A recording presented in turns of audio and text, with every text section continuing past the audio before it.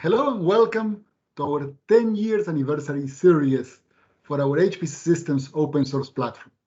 It is with great pleasure that I have here two guests that are absolutely familiar to you, I'm sure, because you probably watch them and listen to them so many times throughout all of the courses and the training that you might have taken over these past 10 years. These are Bob Foreman and Richard Taylor, who have been our official trainers, our most senior trainers in HPCC for a long time until a few other people joined the organization later on.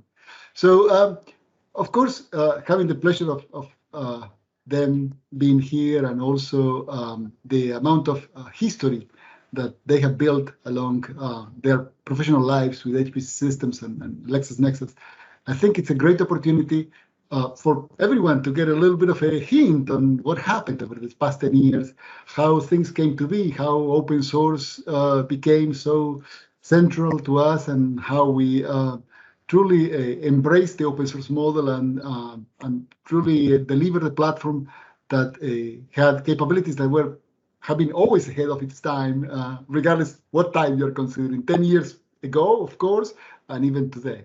So, hello, folks. Hello, Richard. Hello, Bob. Great to have you here. Hello, Flavio.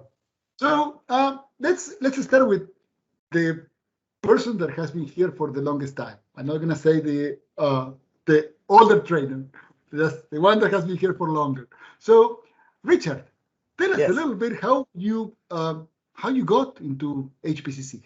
What brought you here? How did you get to know HPC Systems? And I know that it's far before we even thought about open source. Oh, wow.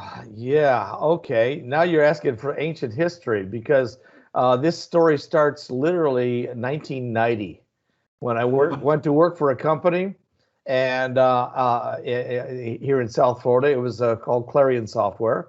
And they had a programming language called Clarion. And I worked with a bunch of developers based out of London. And they did everything, and it's all through the 1990s.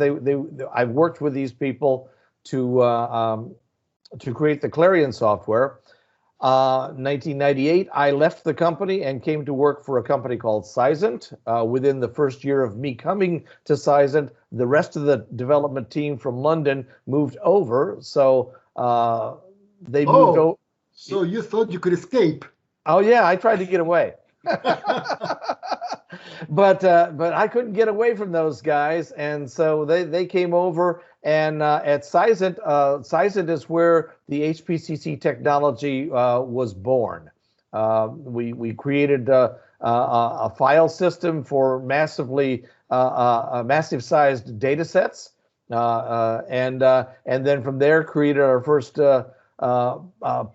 massively parallel processing supercomputer for data, and then created very rapidly thereafter the Thor and the Roxy that everybody uses nowadays, and the ECL programming language. And after 5 years at Sizent, we got acquired by LexisNexis.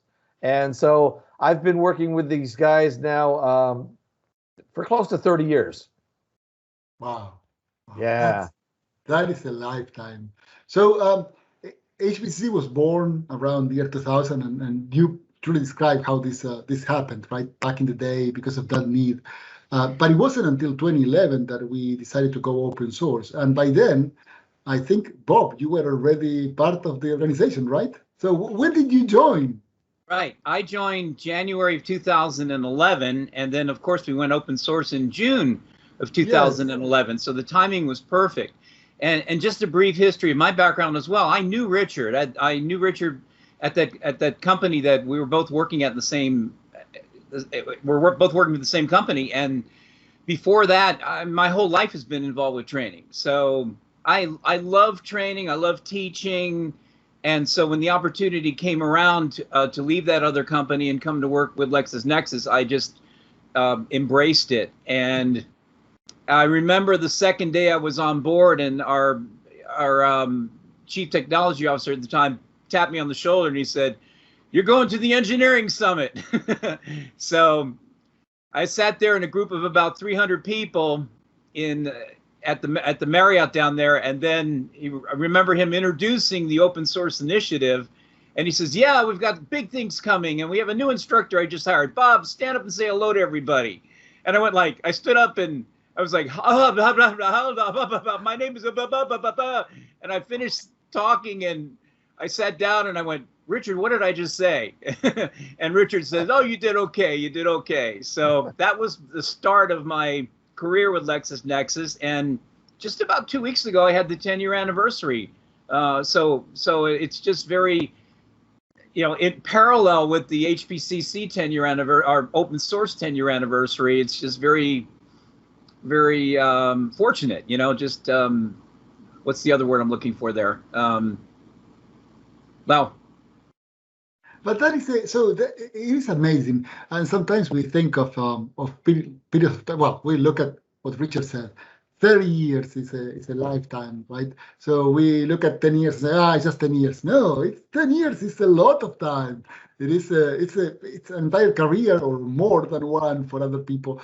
And having been with the project since its very inception, yes, I know the HPC Systems platform was already very mature because it was already 10 years old by the time we decided to make it open source. But still, there was a significant change in paradigm when we decided that something that was proprietary needed to be made available openly, and we need to make it accessible. And a big part of that is work that you have done, Bob and Richard, and making all of the training and all of the documentation and all of the materials for the platform available, accessible, even online. So can you tell me a little bit of that, Bob or Richard? Yeah. Richard, I'm gonna push this one to you, because why don't you tell Flavio how the training used to be up until the time I came on board, and then I can take it from there. We can talk a little bit more about that. Well, until Bob came on board 10 years ago, I was the one and only person that taught ECL, and it was proprietary, so it was only taught to the people within our company and our external customers.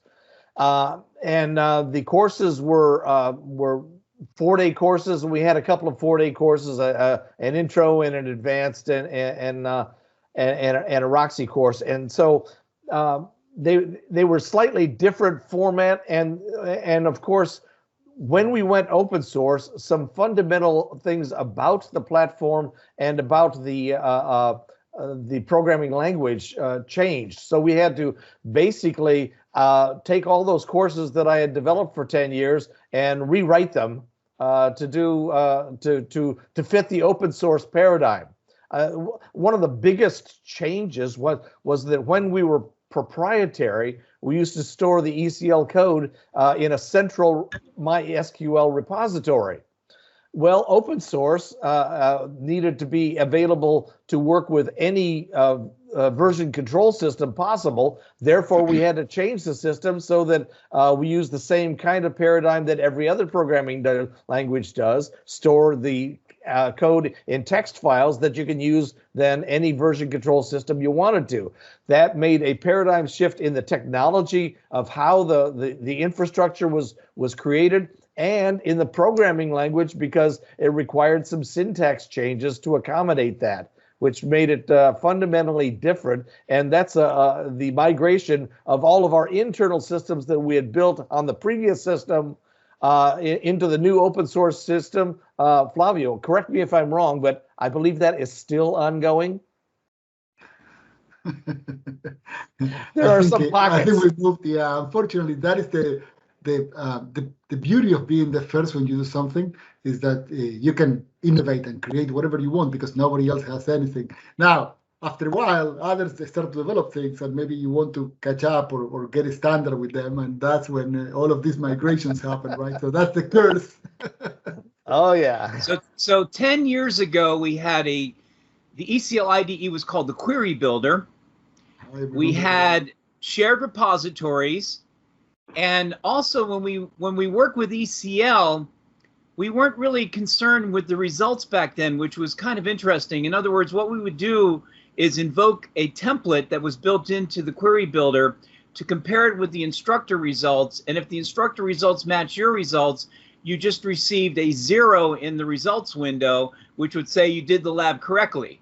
So if you had any other number besides 0, you'd have to go back and look at your code and try to troubleshoot it and debug it. Wow, So, I had forgotten that, Bob. Thank you. yeah, yeah. So, all right. So let me take it from here. So in 2011, when Richard took me under his wing and I started watching him present the course, I started seeing patterns in the course. I started seeing, Richard with presenting the slides and then going into the query builder back then and working through the labs. And so as we were then moving into the open source initiative, I started seeing something. I started saying, we could do this online. We could take this course. And so, because when I first saw Richard on my first day there, he was saying, oh my goodness, last year I traveled 38 weeks out of 52. And so that's one thing I really wanted to tackle was how do we deliver training around the world without, with just 2 people. And so we came up with the idea of the online lessons. And then the good news is that 2 people is double the bandwidth that I had alone. Very true. Very Yeah. true. Well, look, I want to also say that there was someone else that was also a part-time trainer and developer, Tony Middleton. That was Yes. on the old days. Yes, of course. Tony was back was- in the very early days. Yes, indeed. Exactly. Yeah. Yep. And Tony would still present. Anyway, He was still doing the solo courses. Yes, the Well, sub yeah, courses and too. so- Yes, absolutely. Yeah. So Yeah, I want to remember Tony because he was also an integral part of the training strategy back then. Yes. absolutely. So that was a great milestone in the first few years that I was on board, where I started working with Richard and talking to him about how can we make this more deliverable to people who can't come into the classroom. And Well, and so- let me interject here, but it was twofold because, of course, you could have said, well, we are going to create some material that we can deliver through a WebEx session or something like that, and that might be okay. But I think you were going a step further there, and how we can also automate this and make it deliverable automatically. yeah, absolutely. So yeah, the remote was also like we had 3 tiers of training. The classroom always is number 1, the personal interaction with the instructor. And this is funny too, because then the second one was the remote training, and then we had the massive online courses that you like to call it, Flavio. And so we the MOOCs. and yes, and so it's kind of funny because we've been doing this for years before of the COVID and the pandemic. So for Richard and I to go back to a remote delivery was just like, oh, okay, we've done this. We've been doing this for years. Let's just bring it to the forefront. Not a problem. And last week I had 42 people in my introduction class delivered remotely, Wow. which was, Wow. and all that, it's just, and I thought November was a record. November I had 32, November of 2020, and just last week I had 42, which set a new record. So maybe in May we'll see where we're at with. Well, maybe Bob, maybe Flavio, maybe now is the time to talk about our announcement. Of course. Yes, good point. Hey, for this year and this year only, our 10th year anniversary, all of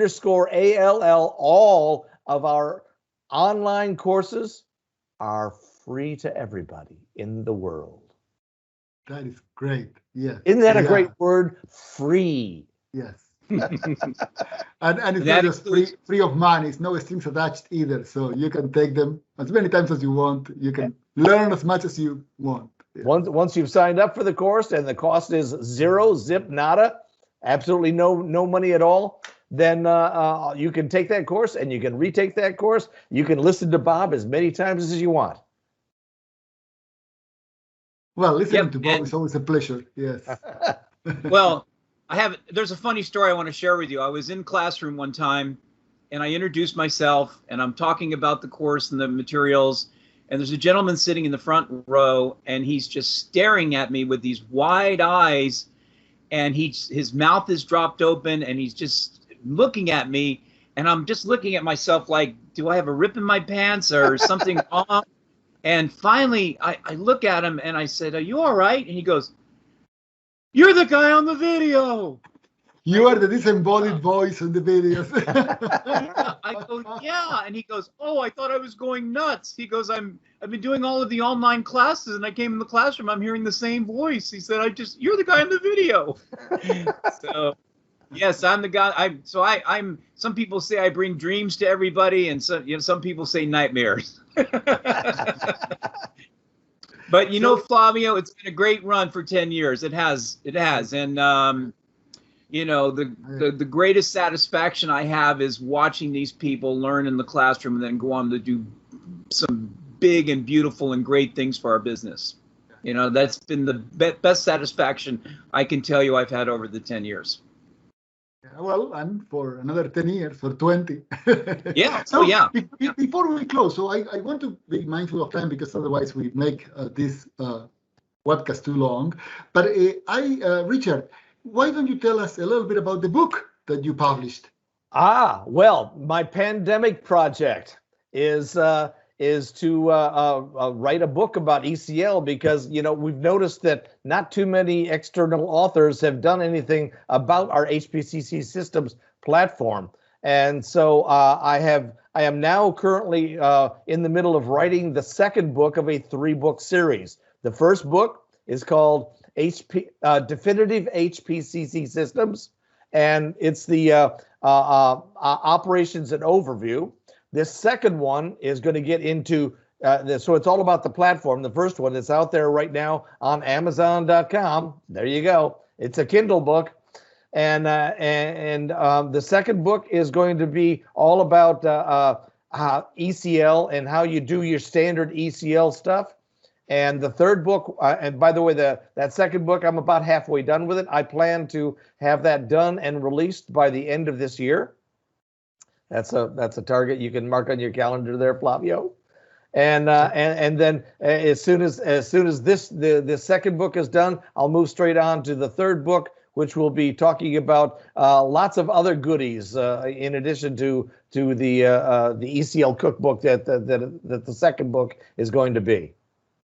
Very good, great. That's very good news. So one last thing to close this off. So how do you see the necessary changes for training and documentation as we start to look at 8.0 coming out in March? Now cloud enabled. Well, let me say one thing is that one of the areas that now that we've got not only Bob, but we've also got Hugo Watanuki that has joined our training team. He's down in Brazil. And between the three of us now, we've got enough bandwidth to really expand on all this stuff. Bob has just released a new machine learning, applied ECL machine learning course. Yeah, absolutely. And we were just talking in a meeting the other day about another applied ECL course. What was that one, Bob? We're going to be working with extending the ECL language with additional language. Talking about all the embedded languages. Embedded language. That's very good. So we're going to have another applied ECL course, and so that in addition to the one applied ECL course after the 6 that we've already got for all the basics, we will have another 2 more applied ECL courses, and we're always talking about expanding the course material as much as possible. We're looking forward to, by the way, as soon as we come out with 8.0, I'm going to have to rewrite that first book in the 3-book series to talk about all the changes to the platform that have happened with the introduction of using Kubernetes to work on the cloud. So that means that there's a whole bunch of that first book that I'm going to have to go back and do a rewrite on. Well, the beauty of that is job security, right? Hey, yeah. And on the online classes, we have the system administration course that will also be upgraded to support the cloud initiative. So how many online courses do we have? 2 intros, 2 advanced, 2 Roxys, system administrators, the manager's overview, applied ECL, the code generation class, applied ECL, the machine learning class, and coming soon, the applied ECL embedded languages class. Ooh. And they are all free. Free. Yep. Can we say it all together? Free. Free at last. No, folks, thank you very much. Thank you, Bob. Thank you, Richard. It's been a great pleasure. It's been a nice run, 10 years, and I look forward to the next 10. This has been great. And happy birthday, HPCC Systems. Yeah. Thank Flavio, you, Flavio. thank you for letting us do what we do. And it's always a pleasure to work with you. And it's just a wonderful team. That's the other blessing that I've had in 10 years is being surrounded by such great people, intelligent people. And we always share information. We end up being better for it when we all contribute together. Thank you. No, thank you for everything you do. Thank you. Thank you, folks. Yep. All right. You. Thank you.